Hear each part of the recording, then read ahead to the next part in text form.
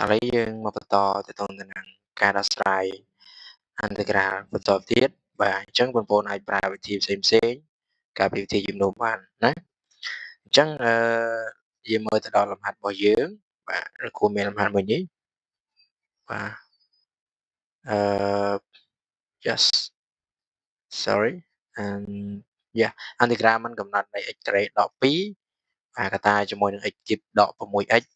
ស្វ័យគុណ207 dx បាទអញ្ចឹង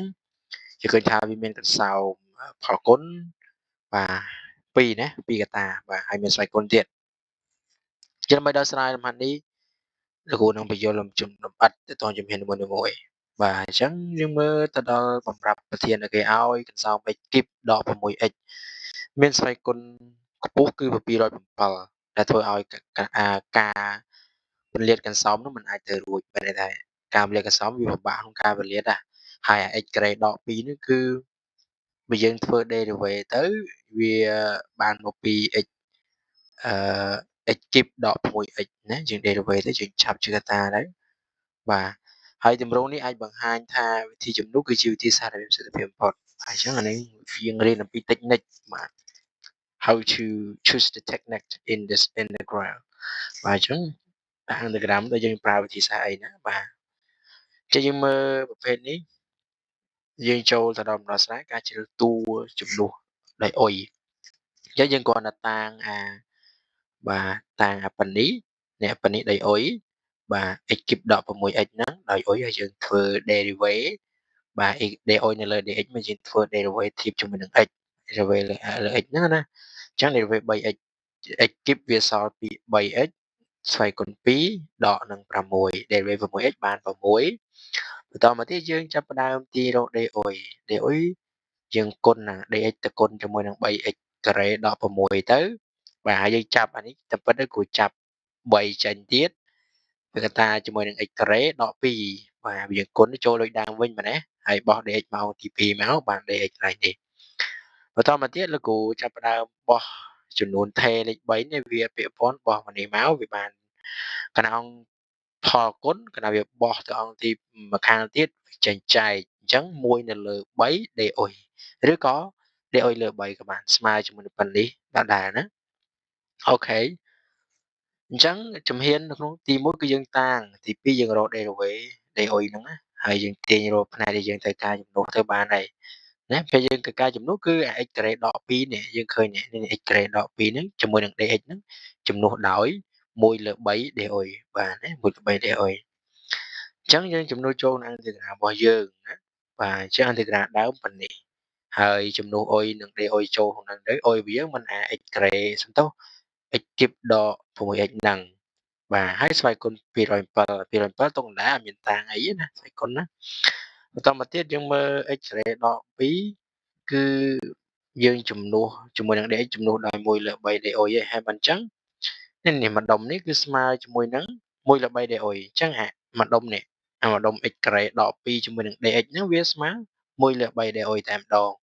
បន្ទាប់នេះយើងឃើញថាអាញ៉ាត់អុយទាំងអស់មែនទេចាយើងអាំងបានហើយ1លើ3ជាចំនួនថេលើវាមួយមុខមកហើយ d អុយស្វ័យគុណ207 d អុយបាទប៉ុណ្ណឹងណាយើងសម្រួលមេគុណកន្លែងសម្រួលមេគុណមានថាយើងលើកមេគុណវាមកមុខហើយសល់តែអាញ៉ាត់អុយនៅក្នុងអន្តរការរបស់យើងណាចំនួនថេគឺអាចលើកមកមុខអន្តរការបានបន្តទៀតយើងដល់គណនីអន្តរការធៀបជាមួយនឹងអុយអនុវត្តមុន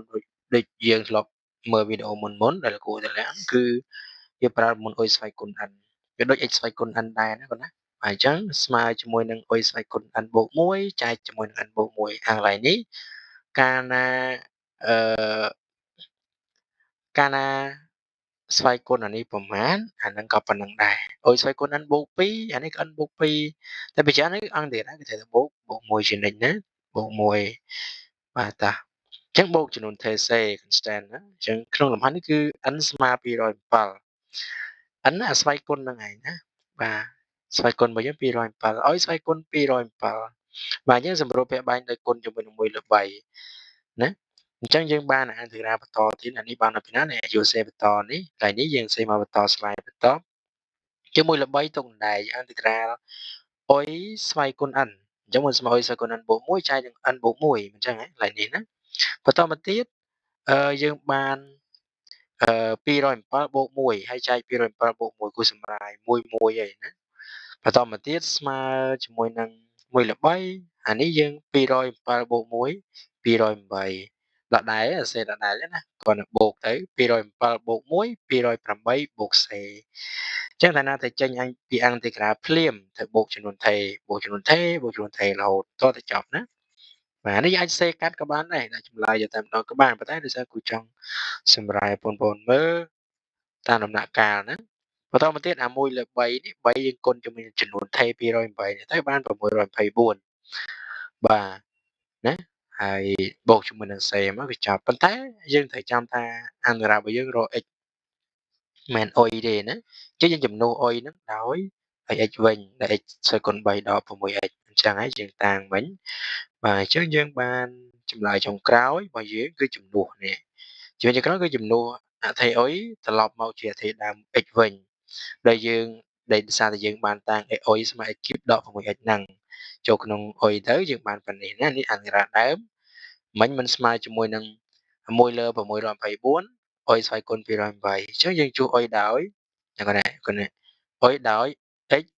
ស្វ័យគុណ3ដល់ 6x ហើយស្វ័យគុណដែរអានេះដែរបូកសេដដែលណាដូរដល់កន្លែងហ្នឹងឯងហើយបូកសេមកជាលំហាត់ចម្លើយចុងក្រោយរបស់យើងបើសិននេះកូនៗអ្នកគ្នាមានចម្ងល់